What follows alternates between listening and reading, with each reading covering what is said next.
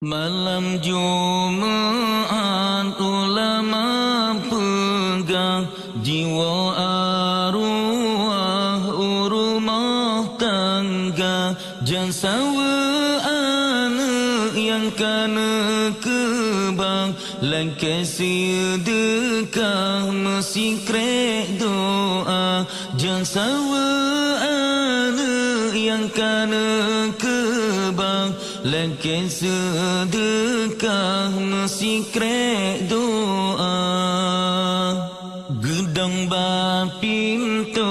jaro melayang arwah masanyan gero imata geingat anak mantong di alam yu tulung gom nyan mesti krek